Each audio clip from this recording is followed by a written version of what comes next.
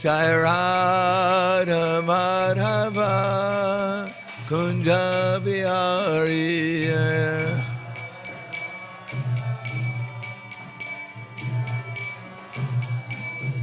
Gopi Jana Vallabha Grivanadari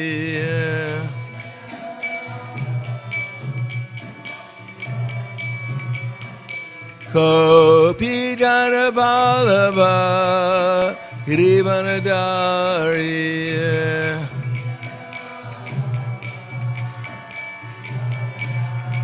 Yasodanandana Braja Janaranjana Yasodanandana Braja Janaranjana Yamuna Tirha Vanacharya Yamuna Tirha Vanacharya Jai Radha Madhava Kunja Bihari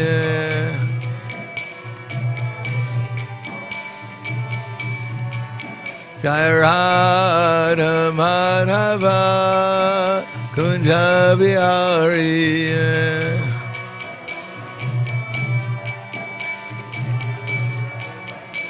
Gopi Jana Vallabha Grivanadari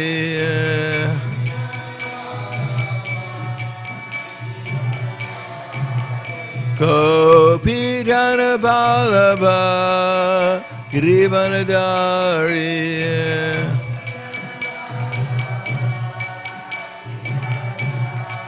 Yasodanandana Braja Janaranjana Yasodanandana Braja Janaranjana Yamuna Tirha Vanacharya Yamuna Tirha Vanacharya Jai Radha Madhava Kunja Bihari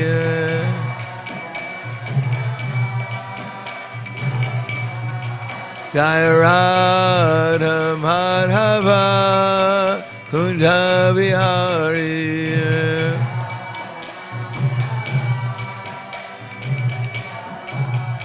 Gopi Jana Vallabha Grivanadari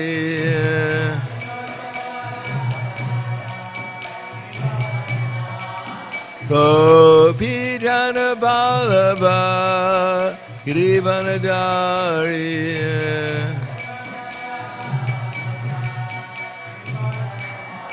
Yasodanandana Braja Janaranjana Yasodanandana Braja Janaranjana Yamuna Tirha Vanacharya Yamuna Tirha Vanacharya Jai Radha Madhava Kunja Bihari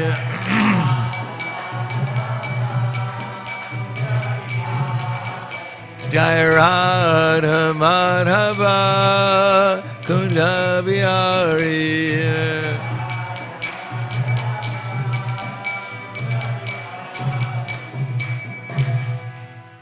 Jayam Vishnupad Paramahansa Bhaktivedanta Asidhara Siddhu Shri Śrīmad His Divine Grace Sri Bhaktivedanta Swami Maharaj Srila Prabhupada Ki Jai Gaur Premanande Haribol Glories to the Sound Devotees All glories to Shri Guru and Shri Gauranga Namo Vishnu Padaya Krishna Prasthaya Bhutale Srimate Bhaktivedanta Swami Tenamane Namaste Saraswatam Deve Gauravani Pacharne Nirvishesha Srinivadi Paskatyade Sadarne Om Agyanatavarandasya Gananjana Salakaya Chaksur Militam Yena Tasmai Shri Gurave Namaha Shri Chaitanya Manobishtam Stapitam Yena Bhutale Swayam Rupa Kadamhayam Dadati Swapadantikam Vandeham Shiguro Shri Uta Parakamalam Shri Gurum Vaishnavam Cha Shri Rupam Sagrajatam Sahagana Raghunatam Vitam Tam Sajivam Sadvaitam Savadutam Vrijana Saitam Krishna Chaitanya Devam Shri Radha Krishna Padan Sahagana Lalita Shri Visakans Vitam Cha Hey Krishna Karna Sindho Dinabando Jagapate Gopesha Gopika Kanta Radha Kanta Namostute Tapta Kanchana Gaurangi Radhe Vrindavaneshwari Prishubhanu Sudadevi Pranamami Hari Priye Panchakapa Tribhyascha Kripa Sindhuvyevacha Patiranam Bhavanebhyo Vaishnavebhyo Namo Namaha Shri Krishna Chaitanya Pranityananda Shri Advaita Gadadhar Shivasati Gaur Bhaktivinoda Hare Krishna Krishna Krishna Hare Hare Hare Rama Rama Rama Hare Hare Om Namo Bhagavate Vasudevaya Om Namo Bhagavate Vasudevaya Om Namo Bhagavate Vasudevaya Śrīmad Bhāgavatam, Canto 8, Chapter 20, Prahaladananda Maharaj surrenders the universe, text number 15. Dridam Pandita Manyagya Stabdaos Yasmud Upekshaya Matsya Sanatiko Yastvam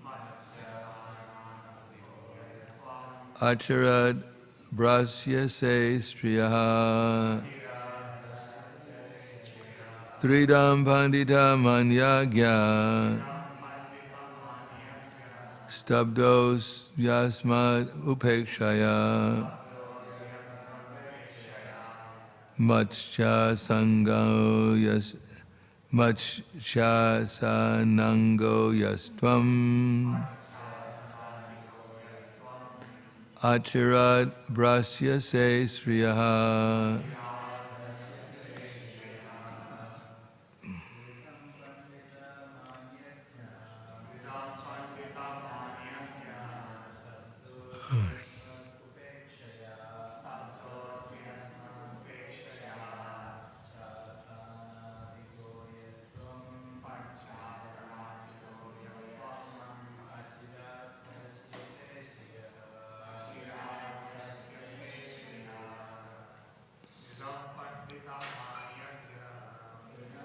Ida Asyaya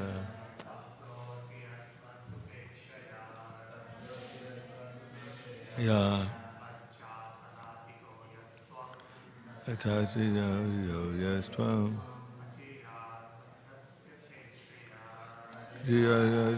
Striyaha Stridam Abhidam Manyagya Sabdo Yasmarupekshaya Vatshanda Sangago Yastvam Acharad Brasyase Striyaha. Ladies. Hridam Bandita Manyagya Doyasmarupekshaya Yachansa Sangoya Yastvam Achared Brasya Se Sriyaha.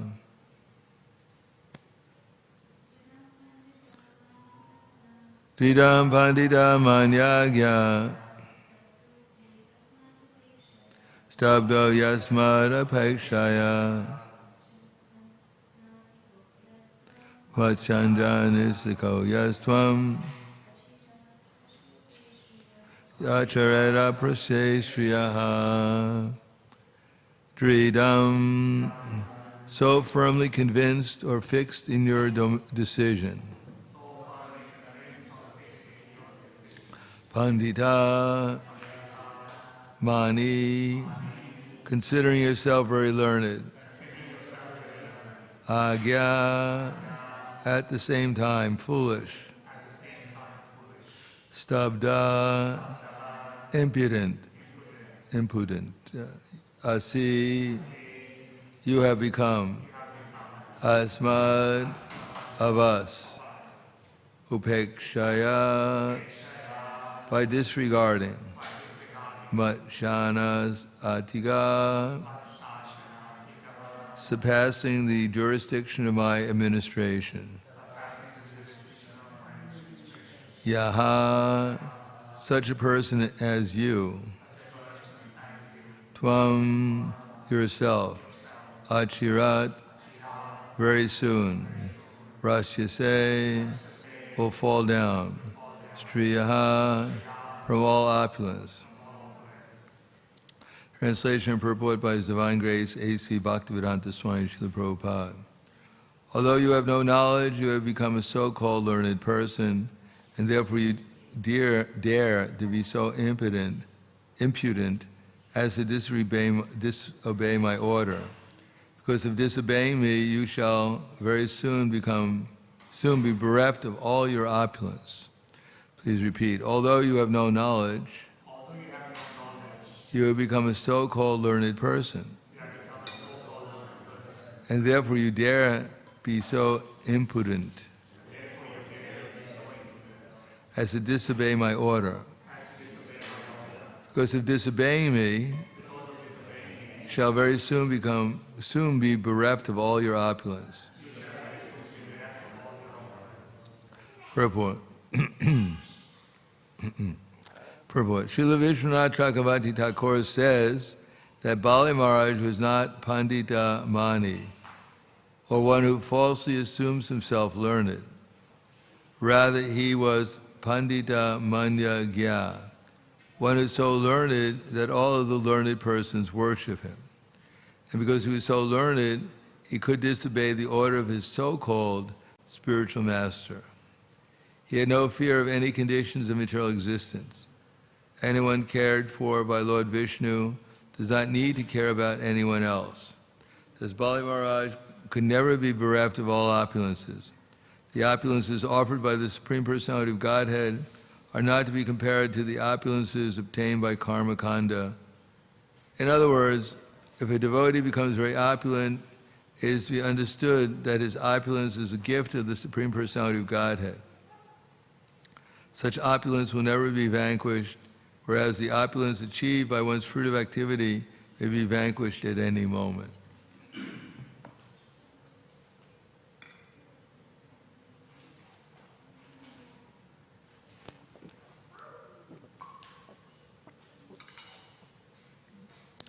Om Vishnu Vidaya Krishna Prasthaya Bhute Śrīmate Bhaktivedanta Swami Tanavane Namaste Saraswatam Deve Gauravani Pracharane Nirvishesha Srinivadi Paskatyade Siddharane Samaham Sarvabhuteshu Na Medveshti Na Priyaha Ye Bhajanti Tu Mam Bhakta Mai Teteshu Chapyaham.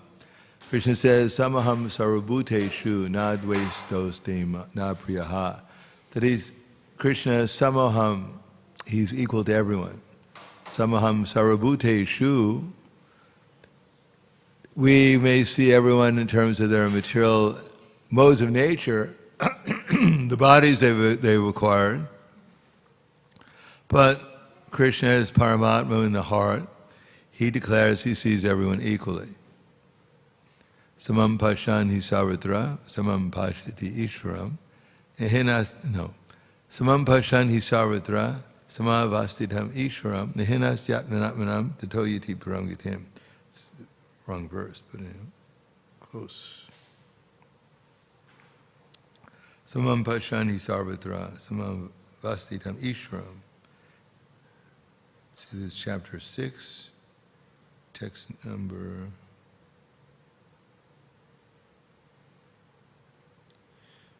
Oh, this is chapter 13.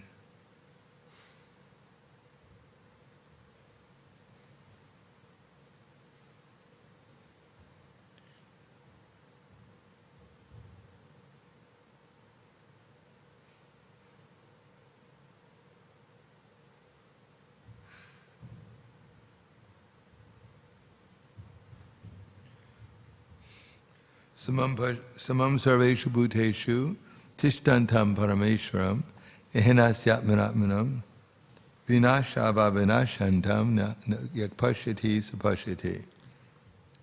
One who sees the super soul accompanying the individual soul in all bodies, and who knows that neither the soul nor the super soul within the destructible body is ever destroyed, he actually sees. Samam pashan.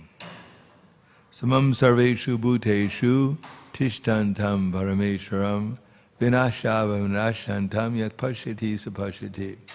The one who sees the super soul accompanying all bodies, accompanying the individual soul in all bodies, and understands that neither the soul nor the super soul within this destructible body is ever destroyed, he actually sees. In other words, the only thing we're going to take with us wherever we go, besides our past karmic activities, if we stay in the material world, is the super soul.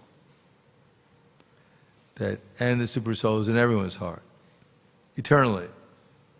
At least either Krishna appearing as a super soul, or in Goloka Vrindavan, Krishna is always in the heart of all the residents there. And wherever Krishna is, everything's there. So if we become conscious of Krishna, then we have everything. And we're unconscious of Krishna, then we have nothing but illusion. Therefore, if one thinks he's very opulent or very advanced without Krishna, then he's simply living in illusion. And when one has externally nothing, because after all, externally we actually have nothing, because we're not the controller. Neither do we do prakrite kriyamanani, gunai karamani sarvashaha, ahankara iti ame, prakrite kriyamanani, gunai karamani sarvashaha, ahankara vimudatma, kartaham iti manyate. The bewildered spirit soul, under the influence of the modes of material nature, thinks himself to be the doer of activities which are actually carried out by the three modes. Therefore, this idea that we're doing things in the material world is only a product of our being influenced by ahankara, by false ego. It's not that we're not doing anything, because you'd have to be a dead stone not to do anything. But what we think we're doing, we're not doing. And what we're actually doing, we're not aware. That's what the only thing we're really doing. All we can really do in the material world, and all we really do in the spiritual world, is desire. Here, desires are fulfilled by arrangement of the Supreme Lord with His material energy. And the spiritual world, all our desires are filled by arrangement of the spiritual energy. That we don't need a material body to fulfill our desires. Our desires are our activities. And here, we desire, but we don't get anything just by desiring, unless we desire Krishna consciousness. Then we're in our normal position. But here we desire, and Krishna senses our desire just like one can understand the flavor of a flower by smelling it. And Krishna, He arranges our desires to be fulfilled according to what we deserve. So we can desire to fly right now, but we have no adhikar to fly in this room right now. Therefore we can desire, and if we keep on desire, maybe in the future Krishna will fulfill desire and He'll give us some wings and we can fly around. If that's what we really want, if that's what we work for, if that's what our karma produces, we get the body of a bird, then certainly we can fly without any other assistance. But samam sarveshu bhuteshu, samam sarveshu bhuteshu, tishtantam parameshwaram. So Krishna is residing along with the soul in all bodies, and he senses our desire, just like one can understand the flavor of a flower by smelling it. And Prabhupada writes, desire is a subtle form of conditioning for the spirit soul. So in the material world, we're supplied with a gross body and also a subtle body. We carry with us from one body to the next, and it is full of all kinds of desires. And when those desires enter into our minds, we can actually desire to fulfill those desires. In other words, however subtle it may be, but when we start thinking about the desire, that's normal, they'll flow through our mind, and then we start feeling about them, we start contemplating them. That feeling for material desires is usually the development of lust and maybe even anger, which leads to delusion. In other words, the next state we can understand that our thinking has progressed when we start feeling about what we're thinking about. And then delusion comes in and we become bewildered. Our memories, delusion is always there. There's a question of whether delusion was covered by, delusion, when we're in delusion, we can also add on to it a vision of Krishna consciousness, which will end our delusion and therefore give us a tendency to act according to knowledge, rather than acting according to whim. Whim is Srividam Narakasyedam Dvaram Nashitam Atmanaha Kama Krodha Tata Lobhas Tasmat Etam Trayam Chajet. Delusion causes us, generally speaking, to act according to lust or anger or greed. Simple material world. There's not so many different varieties. Of course, there's also madness, but that's more or less the intensity of lust, anger, and greed, and delusion. And when we reach the stage of delusion, the next stage is our spiritual memory is lost. And generally, even our memory is lost.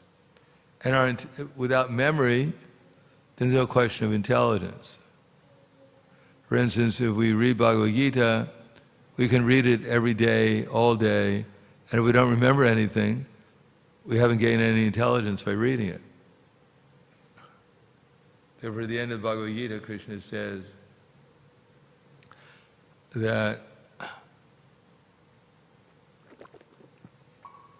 Ajaysate cha ya imam dharma sampadam avyam Jnana jagnena tenaham ishtak swam iti me miti.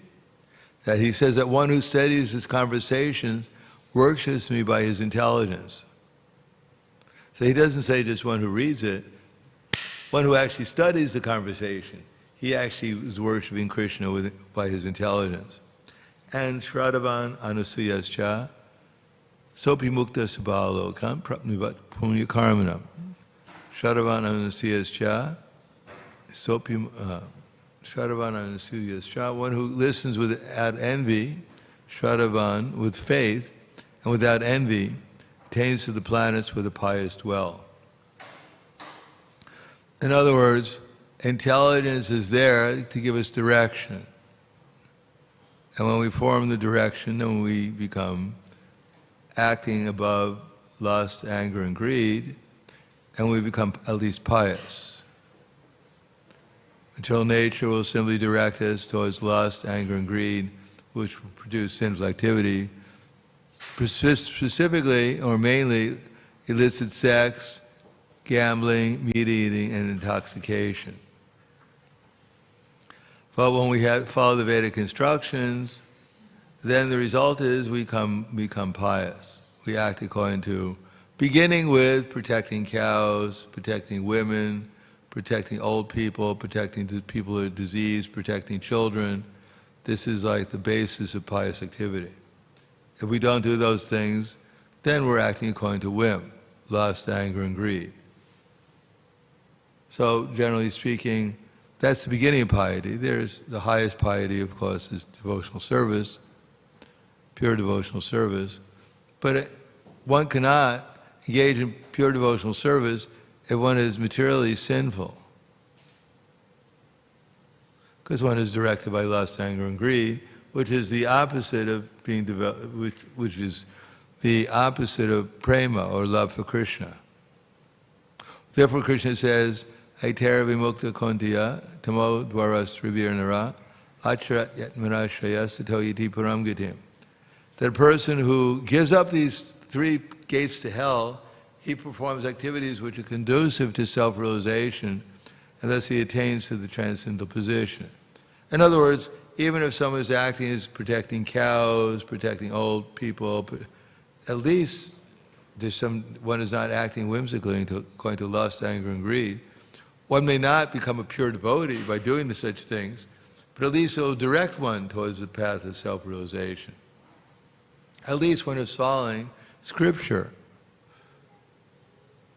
Then one can progress to conquering sinful reactions. In other words, unless one is pious, then one doesn't even know what one is thinking sinful activities, that's life, that's happiness, that's the purpose. Chintam aparayam cha pralayantam upashitya kama paboga paramam etavam iti nischita asha pashishitarabhada kama krota parayana yahanti kama bogarta anyenata sanchaya. They believe to gratify the senses is a primary duty of human civilization. Do you know anyone who believes like that? That eating, sleeping, mating, defending, that is the purpose of life. And if you study hard and you investigate, it's so you can improve your eating, improve your sleeping, and improve your sex life, and improving your defense. So they believe like that. Of course, these things are necessary because we have a material body. One has to serve the senses to some degree, but it should be on the basis of serving Krishna. Otherwise, it's sinful. Just like Sanatana Goswami, he had itching sores over all his body, and he was suffering. And at the same time, Chaitanya Mahaprabhu would come and embrace him. And when Chaitanya Mahaprabhu embraced him, then his itching sores would ooze and would smear Chaitanya Mahaprabhu's body. So Sanatana Goswami thought, I'm being offensive. I should try to arrange it that I can commit suicide under the wheels of the Jagannath cart during the next Rath Yatra ceremony, so I'll no longer be offending Chaitanya Mahaprabhu. So Chaitanya Mahaprabhu came and he told Sanatana Goswami, I heard that you want to commit suicide under the wheels of the Jagannath cart. But then he told Haridasa Kaur, this man, he wants to commit suicide, but his body doesn't belong to him, it belongs to me. How can a man destroy someone else's property? That's sinful. So actually our body belongs to Krishna, so we should maintain it on behalf of Krishna. If we have a car to use in Krishna's service, it's not that we should neglect it. We should utilize it very nicely so that the car runs properly and efficiently. So we have to change the spark plugs and do an oil change and maintain the tires, because it's Krishna's car, and we have to maintain it for his service. Similarly, this car that we're in, called the material body, we shouldn't identify it as ourselves, aham car, I am the car. We should instead maintain the car for Krishna's service. That's then living our lives in the material world becomes an act of devotion, whatever we're doing. On the other hand, Krishna says that samam saveshu bhuteshu tishtantam parameshwaram, that we're in the body, and everyone's in their body, and everyone is desiring, but Samam Pashani Sarvasara, Samam Vasitam Ishwaram, Vina Bhava Nashantamya Pashati Sapashati. But we're all eternal, actually. Therefore, Samam Sarveshu Bhuteshu, Samam Sarveshu Bhuteshu, what is it? That I'm never envious of anyone. Samam Pashani Bhuteshu, Name Dveshtosti Napriyaha, Ye Bhujanti Tumam Bhagda, Mai Te Teshu Chapyam. So Krishna is not envious, nor is he partial. We're free by our association, because by association we get examples and we get instructions. We're free to choose to associate with sinful people or pious people or a combination of sinful and pious. We're free to choose our association, and our association will fill our minds and our intelligence with all kinds of ideas. So we can choose to associate with pure devotees also. We associate with pure devotees not principally just by physical association. Our most important association is what we're gaining in terms of vision from them. And not only vision, but mood. If the mood is devotional, then we're associating with saintly persons. And if our mood is envious or ignorant, then we're not associating with them. We're associating with ignorant, envious people from our past. Prabhupada gives the example, a bug may be on a Vyasasan, sitting right next to the saintly person, but it's still a bug. It doesn't become a pure devotee just by sitting next to a saintly person. Sometimes it happens, but not really. So we're trying to get association so our intelligence and mind become filled up with the mood and the consciousness of Krishna. So samam pashani, samam sarveshu bhuteshu, samam, actually I got it wrong, samam something. So that's chapter 9, text number...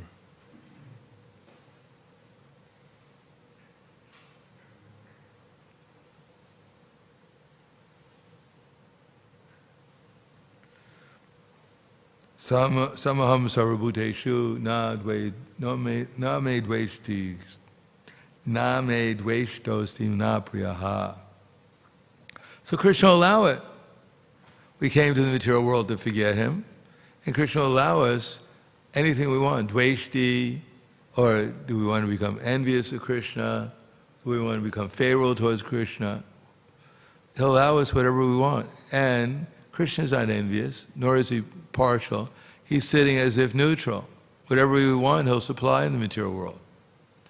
Samam sarveshu bhuteshu, samaham sarvabhuteshu, na dveshtosti na priyaha. So as long as we're in the material world, just desiring material things, then Krishna will give us what we deserve and what we desire. Samam sarveshu bhuteshu, samam sarveshu bhuteshu, samam pashani, samam sarveshu bhuteshu, samaham, that's it. Samaham sarvabhuteshu, na dveshtosti, na priyaha. Ye bhajanti tumam bhakta, but when we make the decision to do devotional service, to desire in terms of Krishna, and that's principally by hearing, and then remembering, and then seeing. If we hear and we don't remember what we've heard, then there's no possibility of seeing. And if we don't see, then we haven't heard. And if we haven't heard and we haven't seen, then we don't know what to do.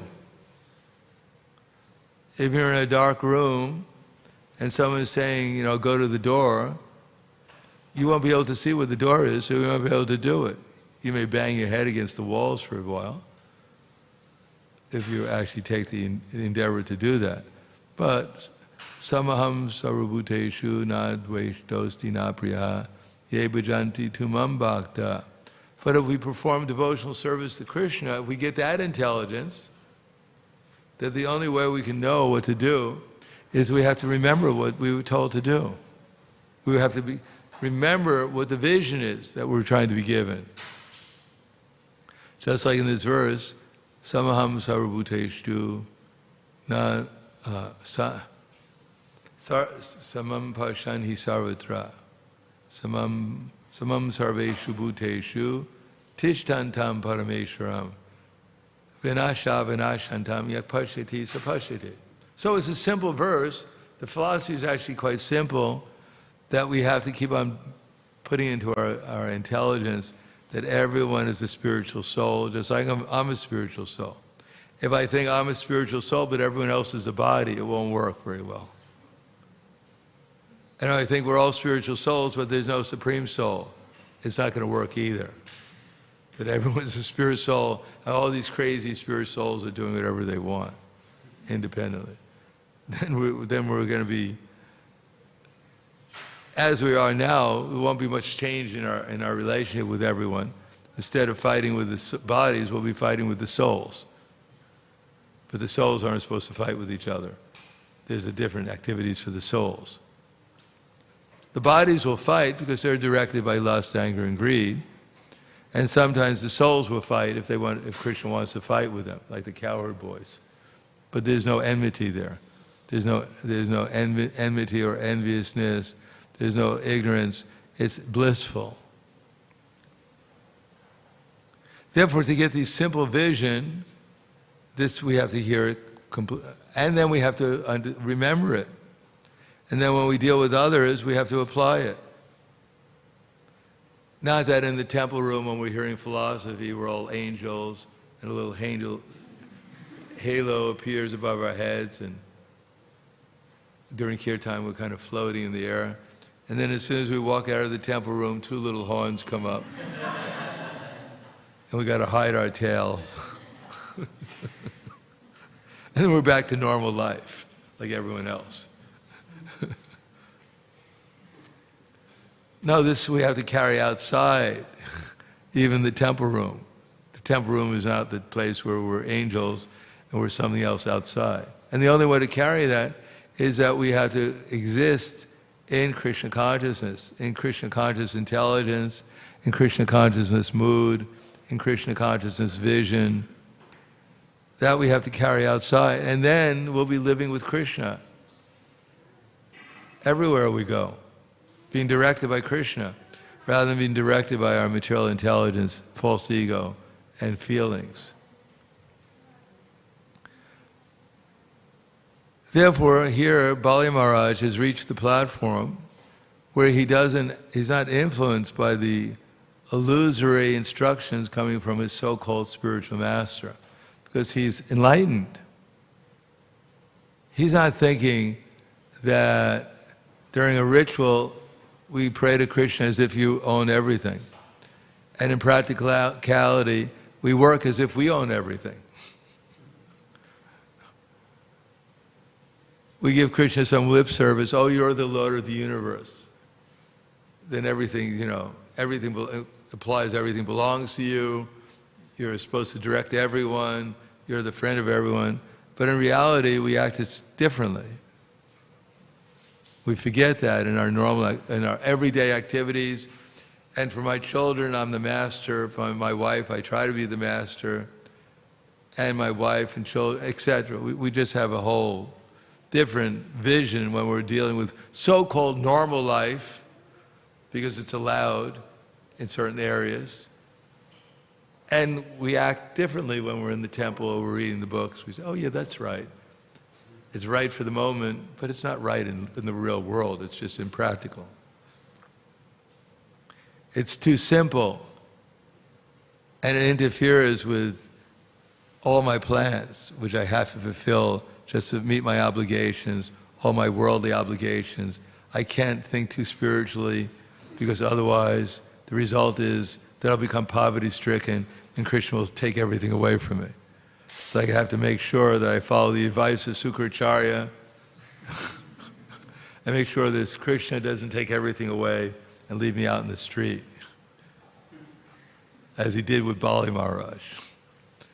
Took everything away, arrested him in chains, pushed him down like a crow into Sutala, into the lower planetary systems. What's that? Well, that's different, you know.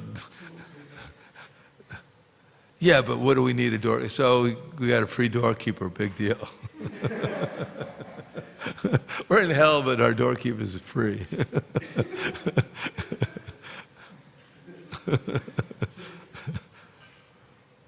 So we have to be careful that, you know, we have to check our consciousness during the day and see, am I in Krishna consciousness? Of course, there will tests be there. And we may not pass every test because we're just not prepared for most of our tests. It's like an onion. If you peel an onion, every time you peel an onion, there's another layer of onion. So we're thinking, I peeled the outer skin of the onion, and now I have a pure rose. And we're surprised, there's still an onion left. When we peel that, there's still an onion. Maybe when you get to the core, there's no more onion. So we shouldn't be surprised. I thought I peeled away so many layers, and there's another layer. I thought I was a pure devotee. I thought I gave up this idea of lording over the material nature. I thought I'm following strictly, and now I'm the savior. How could that be a covering? Because I'm actually saving so many people. So Maya Yoga is Chalati Manasa. She's there to trick us and make everything complicated, give us another vision. And that other vision seems completely normal. That, because we've had that vision since time immemorial. We've been here that long. And therefore, that is our normal vision. This other vision, everyone's a soul, and there's a super soul, and everyone's heart guiding everyone. This is really far out. I never heard this. I heard it, but I can't, to go out in the world and see everyone as a spiritual soul, and that Krishna is guiding everyone, and that, etc., etc. Generally, if we're preaching, or if we're dedicating our energy in the service of Krishna, then it's easier. But if I'm guarding my money, and guarding my family, and guarding my education, and we have to have normal association to satisfy my relatives, and when my relatives, I admire them, and my friends, I admire them, I want to become like them. They want me to become like them, and I want to become like them too. And then I'm surprised, why when I'm chanting Hare Krishna, I'm not remembering Krishna, I'm remembering my French poodle. Why is a French poodle appearing in my mind? Because we accept bad association. We don't have the protection like the Narayan Kavacha shield. We don't have the protection of having the transcendental consciousness under every circumstance. So when our relatives say, do this and do that, we go, yes, yes, yes, of course, of course. And internally we're thinking, no, no, no, and ridiculous.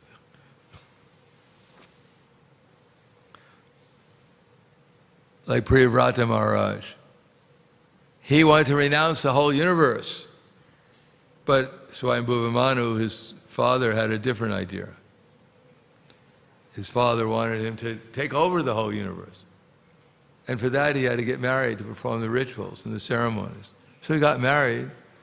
But even he was married, and his wife was a great devotee also. It's not like his wife came to him and said, it's honey. Don't call me honey. I'm a devotee. You're trying to get me to fall down. You want honey? Go to a beehive. I'm not honey. No, he acted like an ordinary, quote, ordinary householder. His wife was beautifully dressed, she had feminine behavior, feminine attractiveness, glances, and he accepted it as his wife's offering, because that's what would be considered to be the proper behavior of the ruler of the universe. Otherwise, everyone would follow. It's like the brahmachari comes home, visits his parents, his mother comes up to hug him, he says, stop, I'm a brahmachari. Don't touch me. Oh, what happened to you? You're a woman. I'm a what? I'm your mother. You're not my mother. Radharani's my mother. I'm not. So it's a formula for disaster. And if we acted like that, if we were trained up like that, we thought, well, then you get married and the wife goes, honey, you go, don't call me honey. Maybe we should have some kids. That's Maya. You don't know that's Maya.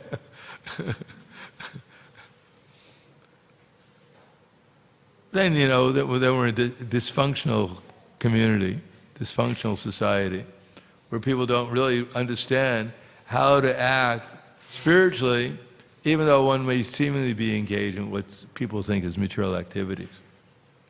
And it all depends upon our consciousness, whether we've actually heard and understand that we're Krishna's eternal servant. Everyone is. My wife is Krishna's eternal servant. My children are Krishna's eternal servant. And although externally I have to act appropriately as a husband and as a father, internally I should remain myself as a servant of theirs.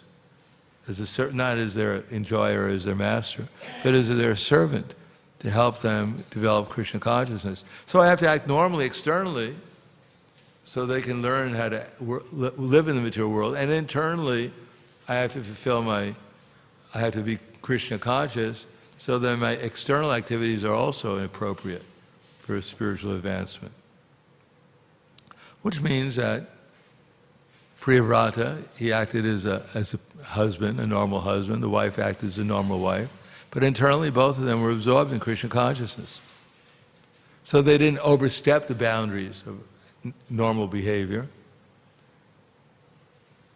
Their relationship was, in one sense, externally very romantic. And internally it was very romantic also, but romantic in Krishna consciousness, which is even more romantic than ordinary romanticism, which just lasts for a few years or a few months or whatever, and then it fades into anger and whatever. But this romance that they had lasted for thousands of years, because it was actually a romance in relation with Krishna.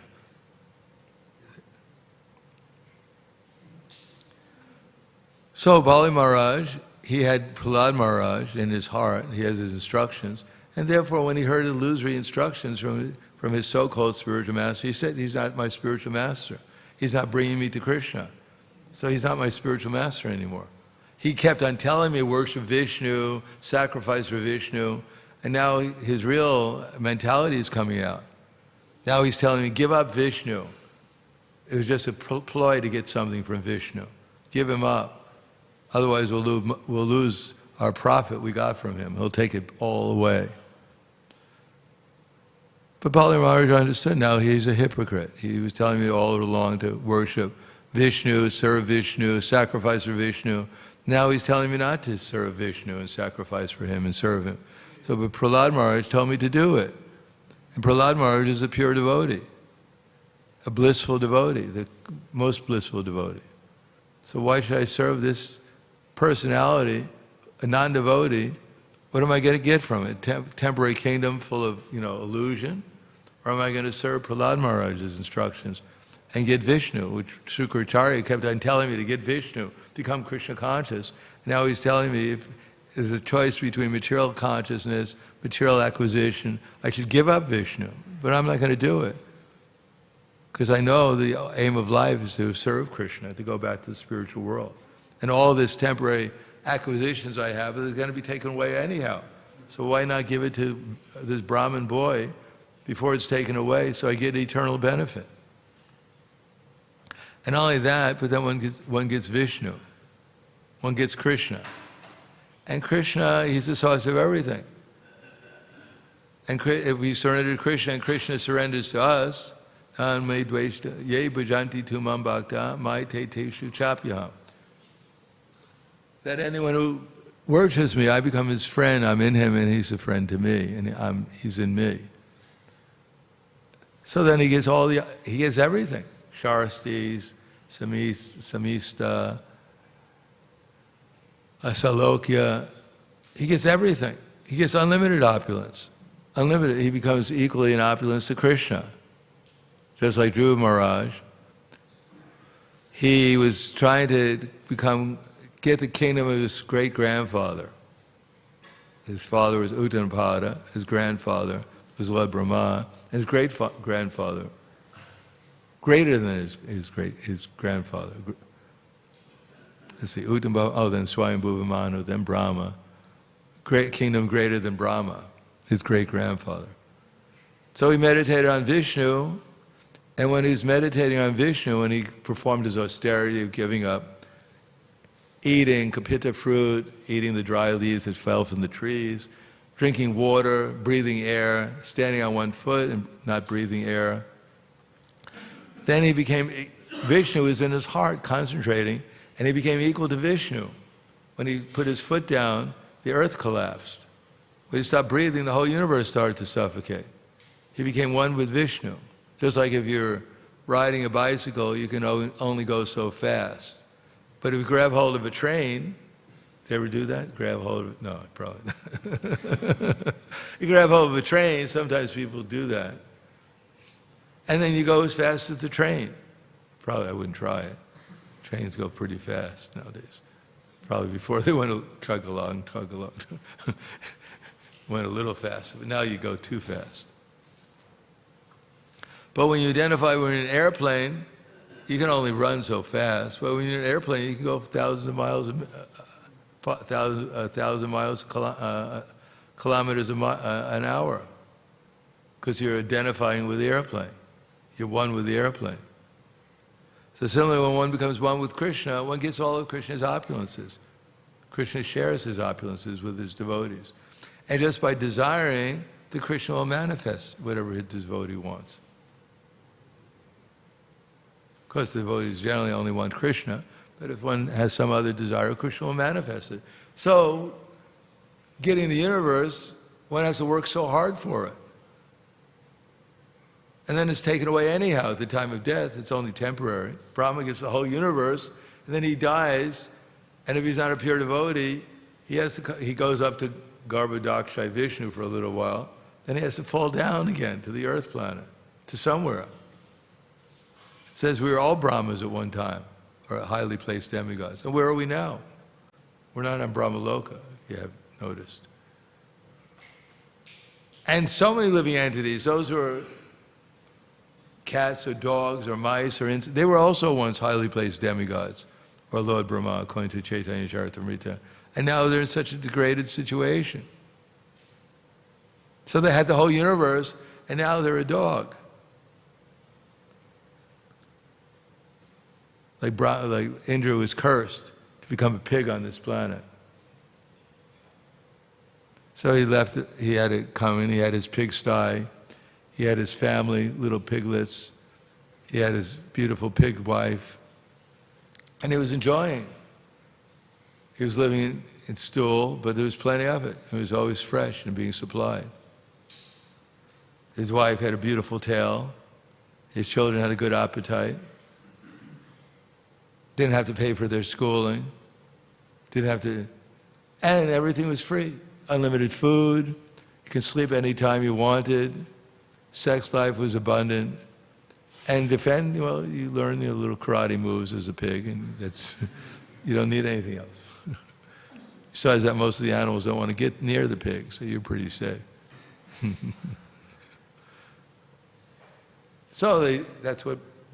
And then there were some management problems in the heavenly planets, so Lord Brahma came and asked Indra to please come back to the heavenly planets. But he said, no way. He said, this is heaven.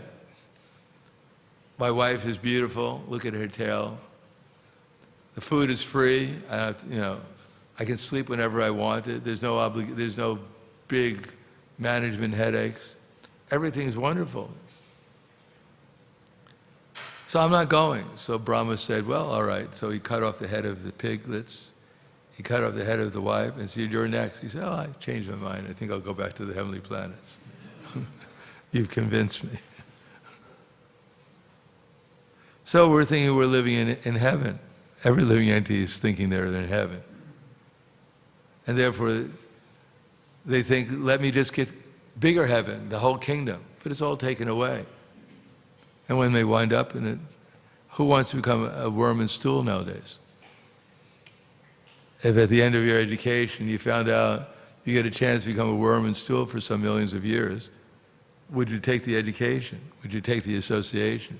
Would you pay money to a university and then you get so many tuition fees, you have to take loans out from the government, and you have to pay them back for your whole life, working to pay back the loans for your education.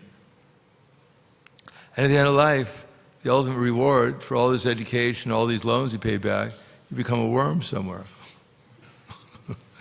Would anyone who thought like that actually work so hard to get this position? No, we'd probably think twice about it. So, we have to see Bali Maharaj is making a sacrifice, but he's doing it very intelligently, and he's actually going to get Krishna. Although Krishna becomes his doorman, but he also has Krishna in his heart.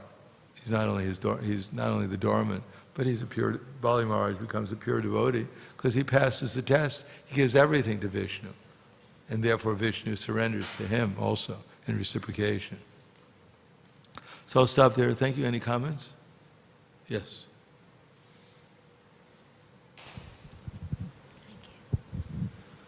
Hare Krishna Maharaj, thank you for the nice class. So I had a question on the purport. Like Prabhupada talks about the opulences that when a devotee gets an opulence from Krishna, it will never be vanquished. So what exactly is that opulence? Is it devotional service or? Yes, if you get the opulence of the devotee is premanjana charita bhaktivelochanena santaksadaiva hridayeshu vilankayanti yam shayama sundaram achintya guna swarupam govindam adi purusham tamahang bhujami. It's to get the eternal association of Krishna and his devotees. To live in the spiritual world. It's not an ordinary thing to carry the spiritual world with you wherever you go. We can't imagine that. This material world seems so opulent with so many different things, but actually the real opulence, the eternal opulence, is the spiritual opulence. And if you get that, then for Krishna to give us any time we wanted, for a pure devotee, any time they want, Krishna can give him anything. But generally the devotees don't want. Krishna offered Kulashetra, is the Brahmin who was, what was the name of the Brahmin he had his house next to the Jagannath Mandir? And he only, was it? No. He was the one that, when he was before the Mahaprakash, and Krishna revealed, Chaitanya Mahaprabhu revealed himself as a coward, as Krishna Balaram. And he promised his king, he promised him, whatever you want, I'll make you king of this world. He said, no, I don't want that. He was the one who was selling banana leaves. What's that? Yeah, Kolaveka Shrita. Kolaveka, I guess, means bananas. Kola. Kolaveka Shrita Maharaj. Prabhu. That he was offered, I'll give you, I'll make you the king. He said, I don't want that. He said, I'll make you the ruler of the whole universe eventually. He said, I don't want it. I'll give you all mystic power. I don't want that. What do you want? I simply want you to come every day in your form as Chaitanya Mahaprabhu and tease me and try and steal my bananas. That's all I want. So that's real opulence. Yes. Thank you. Hare Krishna. Thank you, Maharaj. I heard that you're the health minister. Not anymore. There used to be. Yeah, used to. Is there any Ayurvedic tips for our health, especially coming into the winter, that you could give? Or Chara. So we can maintain our bodies for Krishna service. Well, it's the same tip. That's a long story. But the two general tips, the diet for a devotee is prasadam. That's the prescription. And let's see. For an Ayurvedic cure, you need a diet and you need a medicine. So our diet is Krishna Prasadam, and our medicine is chanting Hare Krishna. So that's the most important, diet and medicine. If you follow that, everything else will be all right. All right, anything else? Thank you very much. Śrīmad Bhāgavatam ki jai. Srila Prabhupada ki jai. Gaur Premanande.